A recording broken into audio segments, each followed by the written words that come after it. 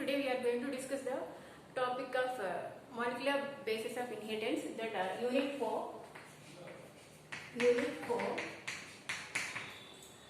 In that lesson we already discussed some topics: DNA, replication, what is the DNA, what are the internal parts. Okay, once we recall the DNA is the double helix model. Okay, here sugar, phosphate, like that. These are the backbones of DNA, and nitrogen N2 base they act like a ladder, the spinning ladder. The double helix of DNA is like a spinning ladder. Okay, here the base pairs, N2 base pairs are there. N2 base pairs are 4 types: adenine, guanine, cytosine and thymine. Okay, these are the N2 bases. Okay, the double, they are bonding each other with the hydrogen bonds. Ye always bonding with the double bond with the double hydrogen bonds, H2 bonds. Okay, they are bonding each other with the double hydrogen bonds, T, thymine, and always G is guanine is triple bond with the C, triple hydrogen bonds. They are bonding each other. Okay, so these are the nitrogen bases. Here, what is a replication? DNA replication is a copy itself. The DNA is copied itself. They makes the copy itself. For example, the generations are going on. Okay, what are the characteristics of parents or characteristics are coming to new generation? How the characters are coming from the parent to new generation, we will discuss here. Okay, so the main part is the nitrogen base, A, G, C, T. These are arranged here. So these arrangement decide the characteristics of the new generation. Okay, మనం before class లో మనం నేర్చుకున్నాం కదా, DNA అంటే ఏంటంటే అదొక double helix, రెండు coil అయిన అంటే చుట్టుకున్న రెండు థ్రెడ్ లాంటి స్ట్రక్చర్స్ అని డిఎన్ఏ అని చెప్పుకున్నాం కదా. ఓకే, ఆ డిఎన్ఏ లో షుగర్ బేస్ 3 ఐటమ్స్ ఉంటాయి: షుగర్,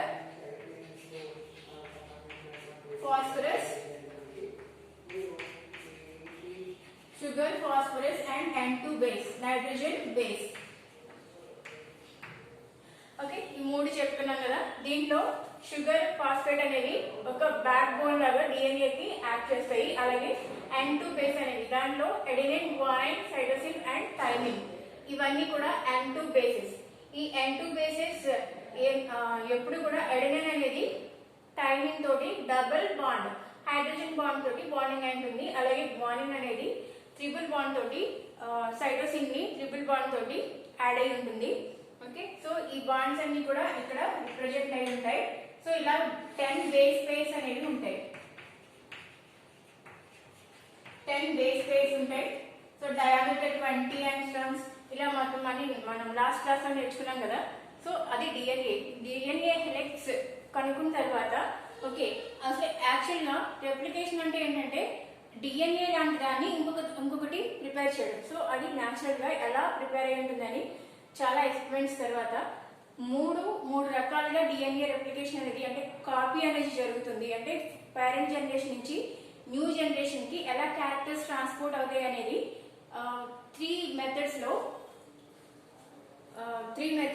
వాళ్ళు ప్రొడ్యూస్ చేశారు. దీంట్లో సెమీ కన్సర్వేటివ్ మెథడ్ ఒకటే క్లిక్ అయింది, అంటే మనం డిస్కస్ చేసుకుందాం ఒకదాని తర్వాత.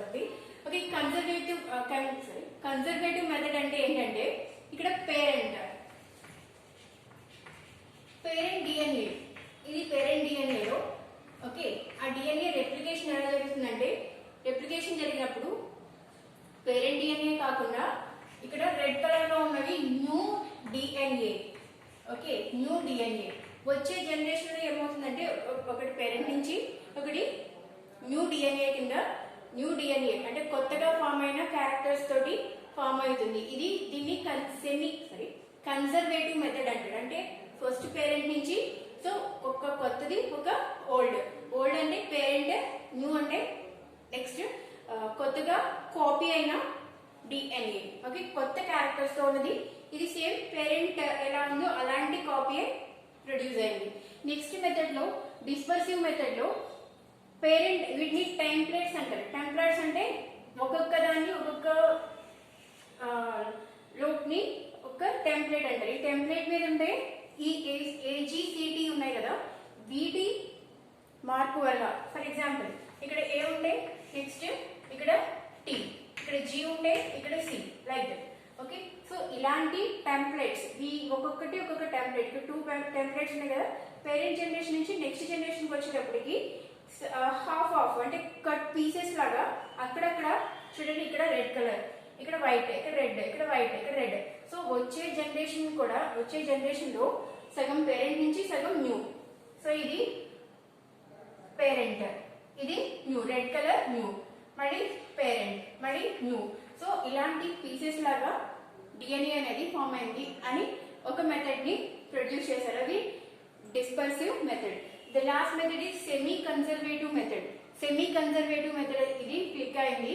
ఓకే, పేరెంట్ జనరేషన్ లో ఏదైతే ఉన్నాయో టెంప్లెట్స్ ఏవైతే ఉన్నాయో, ఒక టెంప్లెట్ పేరెంట్ నుంచి ఇంకొక టెంప్లెట్ న్యూ.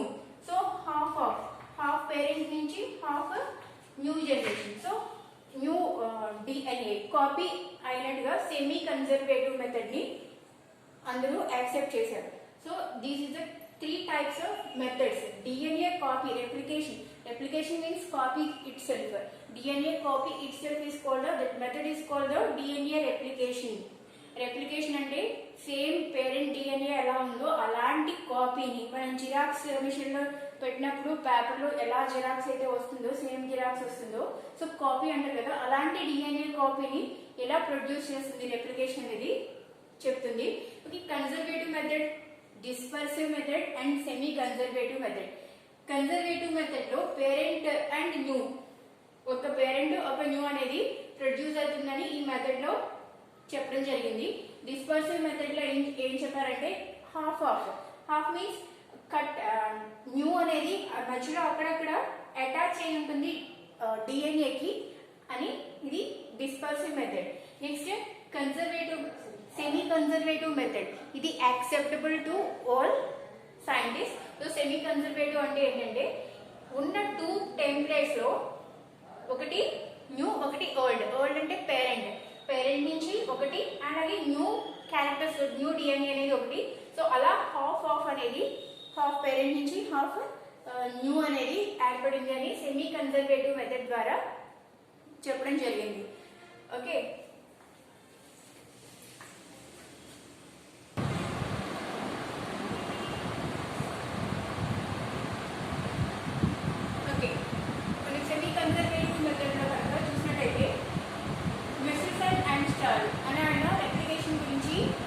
మోడల్ ఎలా జరుగుతుంది స్టెప్ వైజ్ అనేది ఆయన మనకి వివరించారు. అది 1908 లో.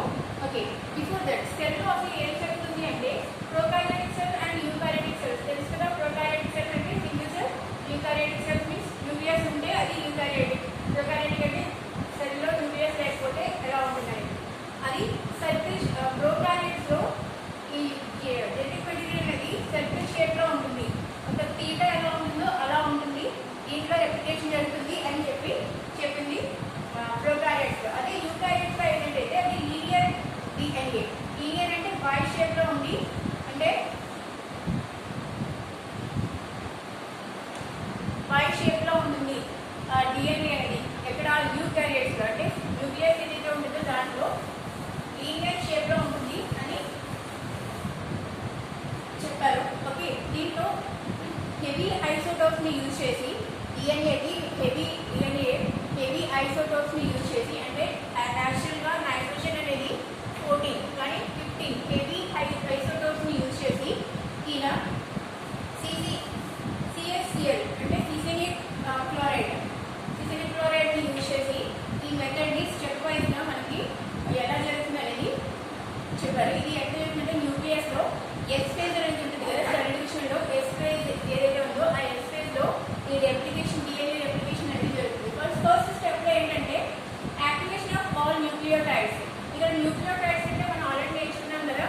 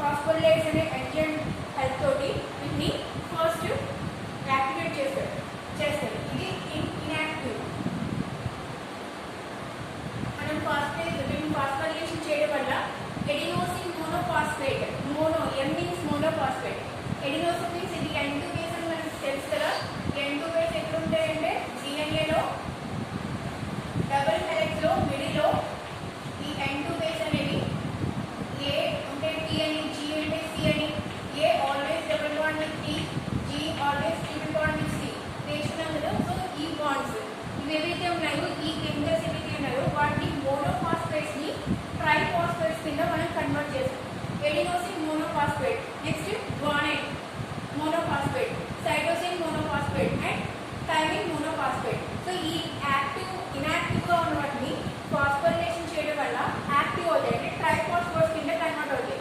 ఓకే, డి అంటే DNA adenosine triphosphate, guanine triphosphate, cytosine triphosphate and thymine triphosphate. So active inactive నుంచి యాక్టివ్ చేస్తాం. ఫస్ట్ స్టెప్ లో ఉన్న న్యూక్లియోటైడ్స్ అన్నింటినీ, న్యూక్లియోటైడ్స్ అంటే ఏటీజీసీ వీటిని యాక్టివేట్ చేస్తాం. మోనోఫాస్ఫేట్స్ గా ఉన్నవి వాటిని ట్రైఫాస్ఫేట్స్ కింద కన్వర్ట్ చేస్తాం. ఇది first step. Second step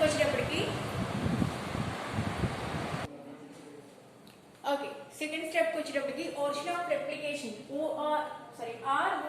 ROR అంటే ఏంటి? యూకారియోట్స్ లో డిఎన్ఏ అనేది లార్జ్, హ్యూమన్ బీయింగ్స్ లో తీసుకున్నప్పుడు డిఎన్ఏ అనేది చాలా లాంగ్ గా ఉంటుంది. సో దానికి many ORR, origin of replication, copies ని ప్రొడ్యూస్ చేయడం. అదే ప్రోకారియోట్స్ లో వచ్చినప్పటికి డిఎన్ఏ అనేది స్మాల్, ఎందుకంటే సింగిల్ సెల్ లా ఉండొచ్చు. ఓకే, ప్రోకారియోట్స్ అన్ని కూడా స్మాల్ ఇన్ సైజ్ లో ఉంటాయి డిఎన్ఏస్ అవి. సో 1 ఓఆర్ఆర్ అంటే ఆరిజిన్ ఆఫ్ ఆర్ఎన్ఏ అనేది స్మాల్ సైజ్ లో ఉంటుంది కాబట్టి అక్కడ 1 రెప్లికేషన్ అనేది ఓఆర్ఆర్ అనేది ప్రొడ్యూస్ అవుతుంది. అలాగే యూకారియోట్స్ లో వచ్చేటప్పటికి డిఎన్ఏ అనేది లార్జ్ గా ఉండడం వల్ల మెనీ ఓఆర్ఆర్ కాపీస్ అనేవి ప్రొడ్యూస్ అవుతాయి. అలాగే స్టెప్ 3కి వచ్చేటప్పటికి neck are cut incision. Neck అంటే ఒక డిఎన్ఏని కట్ చేయడాన్ని నెక్ అంటారు. ఓకే, అది కట్ చేయడం లేకపోతే ఇన్సిజన్ ఇన్ డిఎన్ఏ. దీనికి ఎండోన్యూక్లియస్ అనేది యూజ్ చేస్తారు. ఓకే, ఇక్కడ చూసినట్టయితే ఇది డిఎన్ఏ, దీన్ని కట్ చేయడం ద్వారా కంటిన్యూస్ ప్రాసెస్ ని ఇక్కడ కట్ చేయడం ద్వారా, సో ఈ కట్ చేసిన ఈ ప్లేస్ ని మనం నిక్ అని అంటారు. ఓకే, నిక్ అంటే ఏంటంటే కట్ చేయడం అనమాట. దీనికి ఎండోన్యూక్లియస్ అనే ఎంజైమ్ ని యూజ్ చేస్తారు. ఎండోన్యూక్లియస్ ని యూజ్ చేసి డిఎన్ఏ ని ఒక ప్లేస్ లో కట్ చేయడం ద్వారా స్టెప్ 3 అనేది కంటిన్యూ అవుతుంది. నెక్స్ట్ స్టెప్ 4 వచ్చేటప్పటికి ఓకే, స్టెప్ 4 వచ్చేటప్పటికి unwinding or unzipping of DNA. DNA helicase అనే ఎంజైమ్ యూజ్ చేసి బాండ్స్ అనేవి బ్రేక్ చేయడం. ఇక్కడ ఎంజైమ్ ఏది యూజ్ అవుతుందంటే DNA helicase. Okay, unwinding means and winding of unzipping. Okay, ఇక్కడ ఉన్న ఈ కొత్త న్యూ ఆర్ఎన్ఏ ఏదైతే ఉందో వీటిని వైండింగ్ చేయడానికి, అంటే హెచ్ బాండ్స్ ని బ్రేక్ చేయడానికి, ఇక్కడ ఉన్న బాండ్స్ ని బ్రేక్ చేయడానికి డిఎన్ఏ హెలికేస్ ని యూజ్ చేస్తారు. సో డిఎన్ఏ అనేది ఇలా అక్కడక్కడ బ్రేక్ అయ్యి హైడ్రోజన్ బాండ్స్ ఎక్కడ ఉంటాయి? ఆల్రెడీ మనం నేర్చుకున్నాం కదా, N2 బాండ్స్ ఏవైతే న్యూక్లియోటైడ్స్ ఉన్నాయో వాటి మధ్యలో ఉన్న బాండింగ్స్ అనేవి, I mean A and G already I written here. Adenosine thymine కి మధ్యలో ఉండే ఈ బాండ్స్ ఏవైతే ఉన్నాయో హైడ్రోజన్ బాండ్స్ అనేవి వాటిని బ్రేక్ చేస్తారు. డిఎన్ఏ హెలికేస్ అనే ఎంజైమ్ ని యూజ్ చేసి ఆ బాండ్స్ ని బ్రేక్ చేయడం వల్ల వాటిని బైండింగ్ చేస్తారు. Unwinding of unzipping of DNA. After that, step number 5, use of SSBP, single stranded binding protein. Single stranded binding protein ని యూజ్ చేసి వాటిని ఎంజైమ్ యూజ్ చేయడం వల్ల ఈ డిఎన్ఏ లో SSB ని యాడ్ చేశారు. డిఎన్ఏకి ఇక్కడ చూసినట్టయితే ఇది ఒక ఫోర్క్ లాగా, వై షేప్డ్ ఫోర్క్ లాగా విజిబుల్ అవుతూ ఉంటుంది. వై షేప్ లో ఉన్న ఫోర్క్. ఓకే, కట్ చేసిన దాన్ని ఇక్కడ హైడ్రోజన్ బాండ్స్ మనం బ్రేక్ చేయడానికి డిఎన్ఏ హెలికేస్ ని యూజ్ చేస్తాం. తర్వాత స్టెప్ నెంబర్ 5 లో SSBP ని యూజ్ చేసి, అంటే సింగిల్ స్టాండర్డ్ బైండింగ్ ప్రోటీన్ ని యూజ్ చేసి వాటిని యాడ్ చేయడానికి, ఏవైతే చిన్న ప్రోటీన్స్ ఉన్నాయో వాటిని డిఎన్ఏకి యాడ్ చేయడానికి SSBP ని యూజ్ చేస్తారు. సో ఈ మొత్తం ప్రాసెస్ ఎలా ఉంటుందంటే వై షేప్డ్ ఫోర్క్ కింద మనకి విజిబుల్ అవుతూ ఉంటుంది.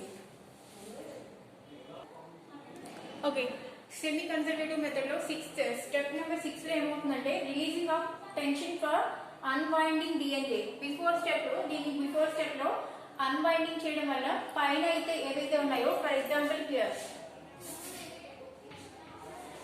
ఇలా వైండింగ్ అవుతుంది కదా, ఈ టెన్షన్ ని ఫ్రీ చేయడానికి టోపో ఐసోమర్ ఐసోమరేజ్ అనే ఎంజైమ్ యూజ్ చేయడం వల్ల ఇక్కడ డ్రా చేస్తాను. ఓకే, అన్బైండింగ్ వల్ల ఏమవుతుందంటే ఇక్కడ పైన ఉండే ఈ డిఎన్ఏలో టెన్షన్ స్టార్ట్ అంటే టెన్షన్ మీన్స్ స్ట్రెస్ ఎక్కువ అవడం వల్ల అది నెక్స్ట్ స్టెప్ కి వెళ్ళడానికి టెన్షన్ రిలీజ్ చేయడానికి టోపో ఐసోమరేజ్ అనే ఎంజైమ్ యూజ్ చేసి టోపో ఐసోమరేజ్ అనే ఎంజైమ్ యూజ్ చేసి చేయడం వల్ల టోపో ఐసోమరేజ్ అనే ఎంజైమ్ యూజ్ చేయడం వల్ల ఏమవుతుందంటే ఆ పైన ఉన్న ఏదైతే ఈ హెడెక్స్ బాండ్ అనేది గ్రూప్ ఏదైతే ఉందో ఆ టెన్షన్ అనేది ఫ్రీ అవుతుంది. అది 6th step. Next step 7th step వచ్చేటప్పటికి formation of DNA replication start ఎలా ఫార్మ్ అవుతుంది అంటే కాపీ అనేది ఎలా స్టార్ట్ అవుతుంది అనేది ఈ 7th స్టెప్ లో చూడొచ్చు. RNA primary is a small fragmentation of DNA. Primaries అంటే ఏంటంటే ఆర్ఎన్ఏ ప్రైమరీస్ అంటే ఏంటంటే always binding with the 3' end. కొత్తగా వచ్చిన ఈ న్యూ ఏదైతే ఉందో 3' ని ఎప్పుడు కూడా 3' మనం ఆల్రెడీ నేర్చుకున్నాం. హెలిక్స్ బాండ్ లో ఒకటి 5' అని ఒకటి 3' దేంతో ఎండ్ అవుతుందంటే 5' తో ఎండ్ అవుతుంది. 5' 3' తోటి ఎండ్ అవుతుందని డబుల్ హెలిక్స్ మోడల్ మనం డిఎన్ఏ స్ట్రక్చర్ చూసినప్పుడు నేర్చుకున్నాం. సో కొత్తగా వచ్చిన ఈ ప్రైమరీ ఏదైతే ఉందో ఎప్పుడు కూడా 3' నే రీచ్ అవుతూ ఉంటుంది. ఫర్ ఎగ్జాంపుల్ ఇది 3' ఎండ్ అయితే ఇది 5' ఎండ్. ఓకే, ఈ ఎండింగ్స్ లో ఎప్పుడు కూడా always bind with the 3' end. RNA primers అనేవి కొత్తగా వచ్చినవి ఏమవుతాయి అంటే ఎప్పుడు కూడా 3' మీదే అటాచ్ అవుతూ ఉంటాయి. అంటే కంటిన్యూ ఒక ప్రాసెస్ అనేది కంటిన్యూగా ఎక్కడ అవుతుందంటే 3' మీద అవుతుంది. ఫర్ ఎగ్జాంపుల్ ఇక్కడ ఏ ఉంటే ఇక్కడ టీ, ఇక్కడ టీ ఉంటే ఇక్కడ ఏ, ఇక్కడ జీ ఉంటే సి. సో కొత్తగా రెప్లికేట్ కాపీ అనేది కొత్తగా ప్రొడ్యూస్ అవుతుంటుంది. అది దేని మీద అంటే కంటిన్యూగా వెళ్ళేది 3' మీద. 5' మీద కూడా కంటిన్యూగా అవ్వదు, అంటే అక్కడక్కడ చిన్న గ్యాప్స్ వస్తూ ఉంటాయి. సో 3' కంటే 3' లో కనుక మనం కాపీని చూస్తున్నట్లయితే అవి కంటిన్యూగా ఉంటుంది. అదే 5' మీద చూస్తే అది చిన్న ఫ్రాగ్మెంటేషన్ చిన్న ముక్కల కింద పీసెస్ కింద ఫామ్ అవుతూ ఉంటుంది. So multiple primaries are there. ఇక్కడ 5' వచ్చేటికి మల్టిపుల్ ప్రైమరీస్. ఇక్కడ కూడా డిఎన్ఏ కాపీ అవుతుంది. కాపీ అవడం అంటే ఏంటి, ఇలాంటిది ఇంకోటి ప్రొడ్యూస్ అవుతుంది. సో ఇక్కడ ఏ అనేది ఉంటే ఇక్కడ టీ, ఇక్కడ జీ ఉంటే ఇక్కడ సి. సో కొత్తది ఫామ్ అవుతూ ఉంటుంది. ఇది కంటిన్యూస్ ఫార్మేషన్ ఆఫ్ ప్రైమర్స్. ఇక్కడికి వచ్చినప్పటికి మల్టిపుల్ ప్రైమర్స్ అనేవి అక్కడక్కడ కట్ అవుతూ ఉంటాయి. ఎందుకంటే ఇది 5' కాబట్టి అక్కడక్కడ కట్ అవుతూ కొత్త కాపీ అనేది ప్రొడ్యూస్ అవుతుంది. సో ఇది 7th స్టెప్. నెక్స్ట్ స్టెప్ వచ్చేటప్పటికి ఓకే, నెక్స్ట్ స్టెప్ వచ్చేటప్పటికి synthesis of new DNA strands. New DNA strands ని ప్రొడ్యూస్ చేయడానికి ఆల్రెడీ నేను చెప్పాను, మనం డిస్కస్ చేసుకున్నాం కదా. ఒక డిఎన్ఏ ఫ్రాగ్మెంటేషన్ ఉన్నప్పుడు అది 3' అండ్ 5' ఉంటాయి. ఆల్వేస్ 3' మీద ఒక 5' అనేది ప్రొడ్యూస్ అవుతుంది. ఒక డిఎన్ఏ కాపీ అనేది ప్రొడ్యూస్ అవుతుంది. ఇక్కడ AGCT లైక్ దట్. ఇక్కడ కూడా ఒకటి ప్రొడ్యూస్ అవుతుంది. ఇది ఆర్ఎన్ఏ ప్రైమర్స్. ఇక్కడ మల్టిపుల్ ప్రైమర్స్ అనేవి ప్రొడ్యూస్ అవుతాయని చెప్పుకున్నాం కదా. వీటినే ఓకాజాకి అంటారు. ఓకాజాకి ప్రైమర్స్. ఓకే, ఇది కంటిన్యూ ప్రైమర్. సో ఇక్కడ కాపీ అనేది డిఎన్ఏ కాపీ అనేది ప్రొడ్యూస్ అవుతుంది. అది ఎప్పుడు కూడా 5' నుంచి 3' కి అనే డైరెక్షన్ లో ఉంటుంది. ఇక్కడ ఏ అయితే ఇక్కడ టీ, ఇక్కడ జీ, ఇక్కడ సి లైక్ దట్. ఇక్కడ ఒక ప్రైమర్ అనేది ప్రొడ్యూస్ అవుతుంది. సెకండ్ దాంట్లో కంటిన్యూ అవ్వలేవు, బికాస్ 3' అక్కడ 5' ఉండడం వల్ల కంటిన్యూగా ప్రైమర్స్ అనేవి ప్రొడ్యూస్ అవ్వవు. So DNA polymerase enzyme is used for that. Direction is ఎప్పుడు కూడా 5' నుంచి 3' లోకి. ఆల్రెడీ ఇక్కడ 3' నుంచి స్టార్ట్ అయింది కాబట్టి నెక్స్ట్ స్ట్రాండ్ వచ్చేటప్పటికి 5'. సో 5' నుంచి 3' కి అనే డైరెక్షన్ లోకి అది కొత్తగా సింథసిస్ అవుతూ ఉంటుంది. డిఎన్ఏ పాలిమరేజ్ ఎంజైమ్ యూజ్ చేస్తారు. ఇది దీని వల్ల ఏమవుతుందంటే attract all the active DTPs. DTPs means కొత్తగా డిటిపిఎస్ అని మనం ఫస్ట్ స్టెప్ లో నేర్చుకున్నాం కదా. థైమిన్ ట్రైఫాస్ఫేట్స్ అన్ని డిఎన్ఏ ట్రైఫాస్ఫేట్స్ అన్ని కూడా to template and new DNA ఈ సింథసిస్. ఇవన్నీ యాక్టివేట్ చేయడం వల్ల మనం ఫాస్ఫరైజేషన్ చేయడం వల్ల మోనోఫాస్ఫేట్స్ అన్ని ట్రైఫాస్ఫేట్స్ కింద కన్వర్ట్ అయ్యి యాక్టివేట్ చేయబడి ఇక్కడ న్యూ స్ట్రాండ్ అనేది ప్రిపేర్ అవుతుంది. సో ఈ న్యూ స్ట్రాండ్స్ ని ప్రిపేర్ అయిన తర్వాత మనకు ఇక్కడ ఒక కాపీ అనేది రెడీ అయిపోయింది. ఇక్కడ అన్ని కూడా బ్రేకింగ్స్ ఉన్నాయి కాబట్టి లైగేజ్ అనే ఎంజైమ్ యూజ్ చేయడం వల్ల ఈ బ్రేకేజ్ అనేది కూడా కంటిన్యూగా ఒక స్ట్రాండ్ అనేది ప్రిపేర్ చేయొచ్చు. సో డిఎన్ఏ రెప్లికేషన్ లో కొత్త కాపీ అనేది ప్రొడ్యూస్ చేయడానికి లైగేజ్ ఇక్కడ ఉన్న ఈ ప్రైమర్ స్మాల్ ప్రైమర్స్ ఏవైతే ఉన్నాయో ప్రైమర్స్ అన్నింటినీ అటాచ్ చేయడానికి లైగేజ్ అనే ఎంజైమ్ యూజ్ చేసి సో కొత్త కాపీ అనేది ప్రొడ్యూస్ చేస్తారు. సో ఓకాజాకి అంటే ఇక్కడ స్టెప్స్ ఏవైతే ఉన్నాయో అంటే చిన్న చిన్న స్మాల్ ప్రైమర్స్ ఫ్రాగ్మెంటేషన్స్ ఏవైతే ఉన్నాయో వాటిని ఓకాజాకి అంటారు. Okay, so this is DNA replication. DNA replication అంటే దాని కాపీని డిఎన్ఏ కాపీని ప్రొడ్యూస్ చేయడం, అది ఎలా స్టెప్స్ వైజ్ ఎలా ప్రొడ్యూస్ చేస్తుంది అనేది మనం చూసాం. ఓకే, ఫస్ట్ యాక్టివేట్ చేయడం, ఫాస్ఫోరిలేషన్ చేయడం వల్ల మోనోఫాస్ఫేట్స్ ని ట్రైఫాస్ఫేట్ కింద యాక్టివేట్ చేయడం, తర్వాత వాటిని రకరకాల ఎంజైమ్స్ ని ఇవ్వడం ద్వారా వాటి నుంచి కొత్తగా ప్రైమర్స్ ని ప్రొడ్యూస్ చేయడం. ఆ ప్రైమర్స్ అన్ని కూడా 3' మీదే ప్రొడ్యూస్ అవుతాయి. 3' ఇక్కడ ఉంది కాబట్టి ఇక్కడ 5' నుంచి స్టార్ట్ అయ్యి 3' కి వెళ్తాయి. సో అదొక స్ట్రాండ్ అంటే ట్రైంప్లేట్. ఇదొక ట్రైంప్లేట్, ఇది ట్రైంప్లేట్. ఈ ట్రైంప్లేట్ లో స్మాల్ మెనీ పాలిమర్స్ ప్రైమర్స్ ఉండడం వల్ల వీటిని అటాచ్ చేయడానికి లైగేజ్ ఎంజైమ్ యూజ్ చేసి కొత్త కాపీలు అనేది ప్రొడ్యూస్ చేస్తారు. So this is about the DNA replication. The next class we will discuss the new topic. Thank you.